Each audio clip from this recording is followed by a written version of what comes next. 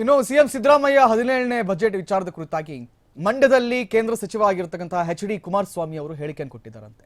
ದಾಖಲೆ ಬಜೆಟ್ ಮುಂದಿನ ದಿನಗಳಲ್ಲಿ ಜನರ ಮೇಲೆ ದುಷ್ಪರಿಣಾಮವನ್ನು ಬೀಳುತ್ತೆ ಅಂತ ಹೇಳಿದ್ದಾರೆ ಕುಮಾರಸ್ವಾಮಿ ಅವರು. ಎಚ್ ಡಿ ಕುಮಾರಸ್ವಾಮಿ ಮತ್ತೊಮ್ಮೆ ಗುಡುಗುವ ಪ್ರಯತ್ನವನ್ನ ಮಾಡಿದ್ದಾರೆ. ದಾಖಲೆ ಬಜೆಟ್ ಮುಂದಿನ ದಿನಗಳಲ್ಲಿ ಜನರ ಮೇಲೆ ದುಷ್ಪರಿಣಾಮವನ್ನು ಬೀಳುತ್ತೆ, ಹೊರೆಯಾಗುತ್ತೆ. ಜಿಡಿಪಿ 25% ಮೀರಿದೆ, ಇದರ ಎಫೆಕ್ಟ್ ಮುಂದೆ ಪ್ರಾರಂಭ ಆಗಲಿದೆ ಅಂತ ಹೇಳ್ತಾ ಇದ್ದಾರೆ. ಈ ವರ್ಷ 78,000 ಕೋಟಿ ಇಟ್ಟಿದ್ದಾರೆ, ದುಡ್ಡು ಎಲ್ಲಿಂದ ತರ್ತಾರೆ? ಕೇಂದ್ರ ಟೀಕೆ ಮಾಡೋದು ಬಿಟ್ರೆ ಇವರ ಶ್ರಮ ಏನು? ಎಲ್ಲಾ ರಾಜ್ಯದಲ್ಲಿ ಕಾಂಗ್ರೆಸ್ನವರು ಫೇಲ್ಯೂರ್ ಆಗಿದ್ದಾರೆ ಅಂತ ಕುಮಾರಸ್ವಾಮಿ ಹೇಳಿದ್ದಾರಂತೆ. ಸಿದ್ದರಾಮಯ್ಯ ಕನ್ನಡ ಓದು, ಅವರ ಶ್ರಮ ಗೊತ್ತಾಗುತ್ತೆ. ಮಂಡ್ಯದಲ್ಲಿ ಕೇಂದ್ರ ಸಚಿವ ಎಚ್ ಡಿ ಕುಮಾರಸ್ವಾಮಿ ಈ ರೀತಿಯ ಹೇಳಿಕೆಯನ್ನು ಕೊಟ್ಟಿರುವಂತದ್ದು. ನಿನ್ನೆ 4,48,000 ಕೋಟಿ ರೂಪಾಯಿಗಳ ಬಜೆಟ್, ದಾಖಲೆಯ ಬಜೆಟ್ ಅನ್ನು ಏನು ಸಿದ್ದರಾಮಯ್ಯರವರು ಮಂಡಿಸಿದ್ರು, ಇದಕ್ಕೆ ಸಂಪೂರ್ಣವಾಗಿ ವಿರೋಧವನ್ನ ವ್ಯಕ್ತಪಡಿಸ್ತಾ ಇದ್ದಾರೆ ಎಚ್ ಡಿ ಕುಮಾರಸ್ವಾಮಿ ಅವರು. ಇದು ಯಾವುದೇ ಕಾರಣಕ್ಕೆ ಸರಿಯಲ್ಲ, ಇದು ಮುಂದಿನ ದಿನಗಳಲ್ಲಿ ಜನರ ಮೇಲೆ ಹೊರೆಯನ್ನ ಬೀಳುತ್ತೆ ಅಂತ ಹೇಳ್ತಾ ಇದ್ದಾರಂತೆ ಎಚ್ ಡಿ ಕುಮಾರಸ್ವಾಮಿ. ಮಾತಾಡಿದ್ದಾರೆ, ನೋಡ್ಕೊಂಡು ಬನ್ನಿ. ದಾಖಲೆ ಬಜೆಟ್ ಮಂಡನೆ ಮಾಡಿದ್ದಾರೆ. ಅದರ ಬಜೆಟ್ ಬಗ್ಗೆ ದಾಖಲೆ ಬಜೆಟ್ಗೇನು ಅದರಲ್ಲೇನು ನೀವು ಇಲ್ಲ ಅಂತ ಹೇಳಾಗೇನು.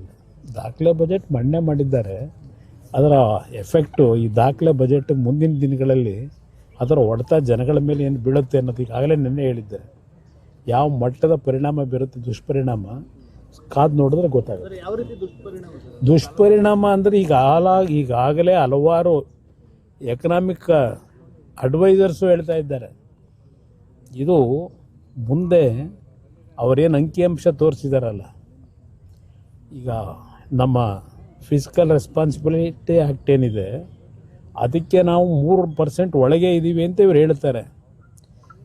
ಕಳೆದ ವಾರ ಇದೇ ರಿಸರ್ವ್ ಬ್ಯಾಂಕ್ನಿಂದ ಕೊಟ್ಟಂಥ ವರದಿ ಪ್ರಕಾರ ಜಿ ಡಿ ಪಿ ಗ್ರೋತ್ ಏನಿದೆ 25% ಒಳಗಿರಬೇಕಲ್ಲ, ಜಿ ಡಿ ಪಿ ಗ್ರೋತ್ನ 25% ಒಳಗೆ ಇವತ್ತು ಅದು ಮೀರಿದೆ. ಬಟ್ ಇವ್ರ ಅಂಕಿಅಂಶದಲ್ಲಿ ಮರೆಮಾಚಿರ್ತಕ್ಕಂಥದ್ದೇನಿದೆ, ಇದರ ಎಫೆಕ್ಟ್ಗಳು ಮುಂದಿನ ದಿನಗಳಲ್ಲಿ ಪ್ರಾರಂಭ ಆಗುತ್ತೆ. ಬಜೆಟ್ ಬಗ್ಗೆ ದಾಖಲೆ ಬಜೆಟ್ಗೇನು ಅದರಲ್ಲೇನು ನೀವು ಇಲ್ಲ ಅಂತ ಹೇಳಾಗೇನು. ದಾಖಲೆ ಬಜೆಟ್ ಮಂಡನೆ ಮಾಡಿದ್ದಾರೆ. ಅದರ ಎಫೆಕ್ಟು ಈ ದಾಖಲೆ ಬಜೆಟ್ ಮುಂದಿನ ದಿನಗಳಲ್ಲಿ ಅದರ ಹೊಡೆತ ಜನಗಳ ಮೇಲೆ ಏನು ಬೀಳುತ್ತೆ ಅನ್ನೋದು ಈಗಾಗಲೇ ನಿನ್ನೆ ಹೇಳಿದ್ದಾರೆ. ಯಾವ ಮಟ್ಟದ ಪರಿಣಾಮ ಬೀರುತ್ತೆ, ದುಷ್ಪರಿಣಾಮ ಕಾದು ನೋಡಿದ್ರೆ ಗೊತ್ತಾಗುತ್ತೆ. ದುಷ್ಪರಿಣಾಮ ಅಂದರೆ ಈಗಾಗಲೇ ಹಲವಾರು ಎಕನಾಮಿಕ್ ಅಡ್ವೈಸರ್ಸು ಹೇಳ್ತಾ ಇದ್ದಾರೆ. ಇದು ಮುಂದೆ ಅವರೇನು ಅಂಕಿಅಂಶ ತೋರಿಸಿದಾರಲ್ಲ, ಈಗ ನಮ್ಮ ಫಿಸಿಕಲ್ ರೆಸ್ಪಾನ್ಸಿಬಿಲಿಟಿ ಆ್ಯಕ್ಟ್ ಏನಿದೆ ಅದಕ್ಕೆ ನಾವು 3% ಒಳಗೆ ಇದ್ದೀವಿ ಅಂತ ಇವ್ರು ಹೇಳ್ತಾರೆ. ಕಳೆದ ವಾರ ಇದೇ ರಿಸರ್ವ್ ಬ್ಯಾಂಕ್ನಿಂದ ಕೊಟ್ಟಂಥ ವರದಿ ಪ್ರಕಾರ ಜಿ ಡಿ ಪಿ ಗ್ರೋತ್ ಏನಿದೆ 25% ಒಳಗಿರಬೇಕಲ್ಲ, ಜಿ ಡಿ ಪಿ ಗ್ರೋತ್ನ 25% ಒಳಗೆ